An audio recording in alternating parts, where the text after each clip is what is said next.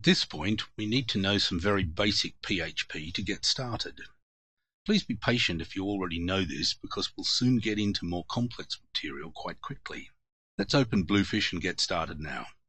Notice it starts up in our web server home directory, htdocs, with a script window called Untitled0.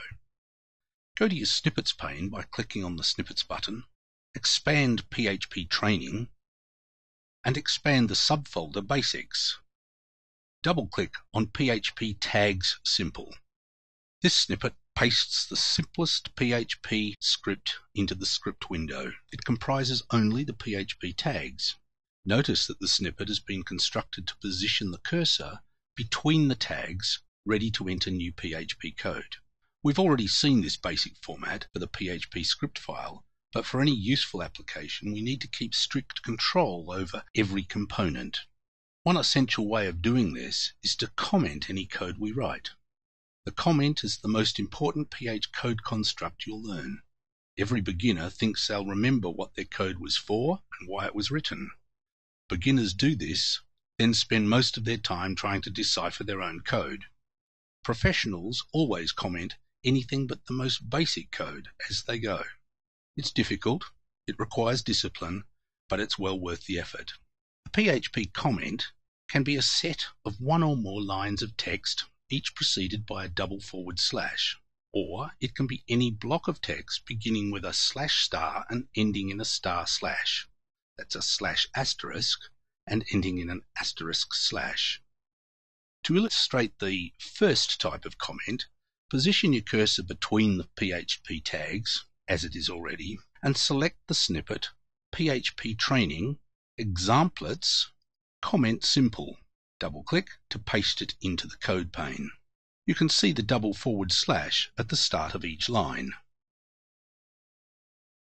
To illustrate the second type of comment, position your cursor under the last comment line and select the snippet PHP Training Examplets Comment Block.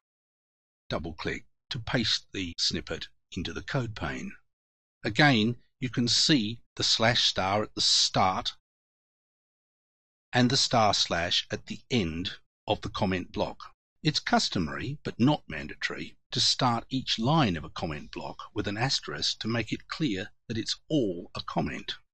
We'll delete all these comments now and choose comment block 2, simply to illustrate that this is the customary way of doing a comment in a block with an asterisk at the start of each line. It just makes things clearer.